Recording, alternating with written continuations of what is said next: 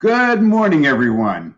It's really great to be here. The best laid plans of mice and men, of course, with Aaron. I'm happy to meet up with Aaron and Terry and Eric again after the Printing United show. You know, we've been really busy following up on the Printing United show. It was an amazing expo. Today, I'll be sharing some updates on some key activities from Printing United, focusing on three major stories that Win News is currently monitoring. Let's talk about one of the major trends we've been covering at World Imaging News, the rapidly growing DTF or direct-to-film market. Now, this is also a market that two regular guys have been following up and have had some of the major players in this industry. So if you've been keeping up with the industry chatter, you know DTF is evolving really fast and the market composition is shifting quickly. Just this past week, Win was the first ones to break the news about Roland's DG's new 30-inch DTF unit, the YT300. It was not shown at Printing United. It's worth noting, though, that this model will not be available in the US until probably next year at the Impression Show in Long Beach. It's being launched exclusively for the Japanese market. At Printing United, we saw major Japanese companies teasing concept units and showing their devices for the first time, really signaling a shift in the market. Epson showcased a 44-inch DTF unit, which is expected to be shown for the first time at Printing United. The actual launch of the unit will happen at that time.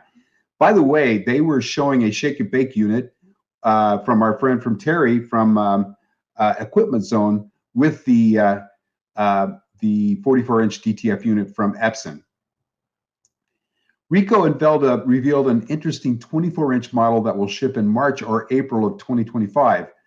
Brother is already shipping a roll-to-roll DTF, and Mutoh has been in this almost like from day one, working with STS with their latest offering. What's most notable here is that these companies bring proven technology and perhaps more importantly, reliable support. It's really a game changer for the industry. The DTF market is segmenting fast. Entry-level buyers are being very cautious after experiencing many support issues, while the mid-range market is where major activity is occurring and may migrate to big Japanese brands because of their support capabilities. On the high end, we've got players like CobraFlex with their 15 print head Venom unit, which can image at an amazing 2,700 square feet per hour. It's being sold into very large nationwide screen printers, and the reason is it can image up to 10,000 transfers in a normal shift. By the way, that unit's $150,000 as well. So the market is really starting to segment. We're seeing this. The market's changing quickly, and it's for the better. We'll keep a close watch on these developments, and I'll continue to bring you the latest updates as they unfold. The second story that caught our interest was Mimaki, Mutoh, and Roland introduced or showcased their new print and cut units during Printing United. One of the most notable announcements came from Mutoh, who entered this market with a 24-inch unit priced at $69.95. This unit offers impressive specs for the price, making it a compelling option for businesses looking to get into the print and cut market. Mimaki also unveiled their 64-inch CJV 200-160. The price point's crazy, $11,995. This is a 64-inch print and cut device. It wasn't too many years ago that anyone that was buying an eco-solvent printer, if they had a unit at $12,000, that was a great price. Now you get print and cut for $11,995. Roland introduced their BN220A 4-color unit, and it's available for $64.95. The BN220A, by the way, replaces the BN20, which has been hugely successful for Roland. They've sold tens of thousands of this unit. One thing that's quite interesting right now is I've seen the BN20A at an amazing price of only $24.95 on a variety of different resellers' websites, including Inkjet Biz and others who are selling this print and cut device for $24.95. That's a great price if you want to get into the print and cut market. In an upcoming Win Spec Talk, we'll be doing a deep dive into these models, comparing their features, performance, and pricing.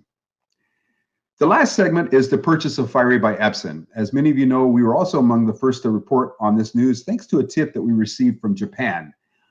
While everyone's now covering this story, I think we have a bit of a unique perspective. Epson's recent purchase of Fiery for a staggering $591 million has really sent ripples through the printing industry. This groundbreaking deal, which marks a new benchmark, not only in terms of transaction value, but also the integration of companies into Epson. Remember, CADLink and Inedit were acquired just several years ago, and they went from EFI over to Fiery. Fiery was spun off as a separate company, and now they're going over to Epson. So I really empathize with our friends from CADLink who've been through a number of transitions. Fiery was actually EFI before being spun off, and it was acquired as part of EFI from a private equity company called Cirrus. Cirrus acquired EFI in 2019 for $1.7 billion and took them private. They were a public company before that. The interesting part about this is that Cirrus has been spinning off companies from EFI. They spun off eProductivity Software. They've now spun off Fiery. And the rumors are really rife with the fact that EFI, which the printing division, which is the old Viewtech, and Reggiani, will be sold or merged into another company very soon. So this is going to be a very interesting story to watch for us.